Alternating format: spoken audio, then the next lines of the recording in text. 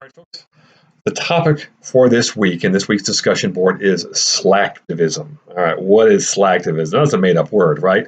Well, kind of. Not made up by me. It's what's called a portmanteau. It's two words, slacker and activism or activist, put together to make a new word, which is slacktivist or slacktivism. And essentially what slacktivism is someone kind of doing the bare minimum to become an activist or to do something with a certain kind of topic or some kind of issue that's out there.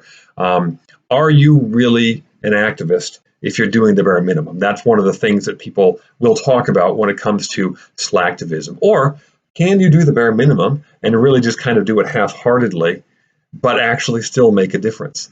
So some of the topics that come up when it comes to slacktivism would be the one that's highlighted for you, the Bring Back Our Girls campaign, which was something that happened a number of years ago where a number of girls, a couple hundred girls in Nigeria, were kidnapped by a terrorist group called Boko Haram and brought out into the jungle. And most of them still haven't been found. Some have.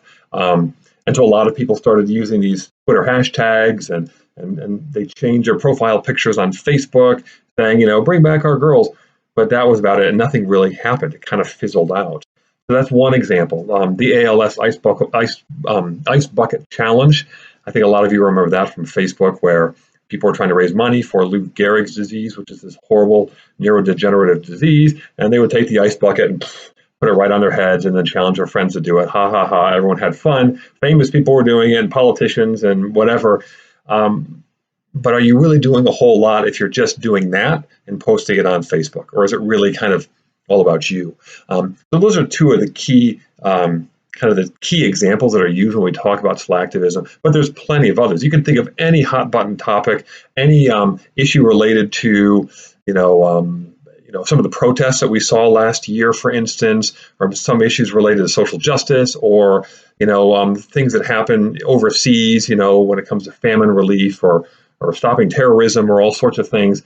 Are we really doing much if we're just kind of engaging in slacktivism? So that's what I want you to start thinking about is, what does this mean and what impact does it really have on you? But broader than that, does this really say anything about us and social media and our use of social media and mobile apps and all sorts of things? Does essentially these things, does it make us lazier? So I think this kind of starts with slacktivism, but it broadens out to something much, much bigger very, very quickly. And it's really an opportunity for you to start thinking, okay, what impact does my technology, and specifically things like social media, have on me? Is it making me better?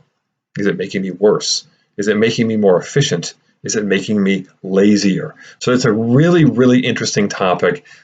Students always have a lot of great things to say here. So I'm very much looking forward to seeing what you all bring to the table this week. Thanks, folks.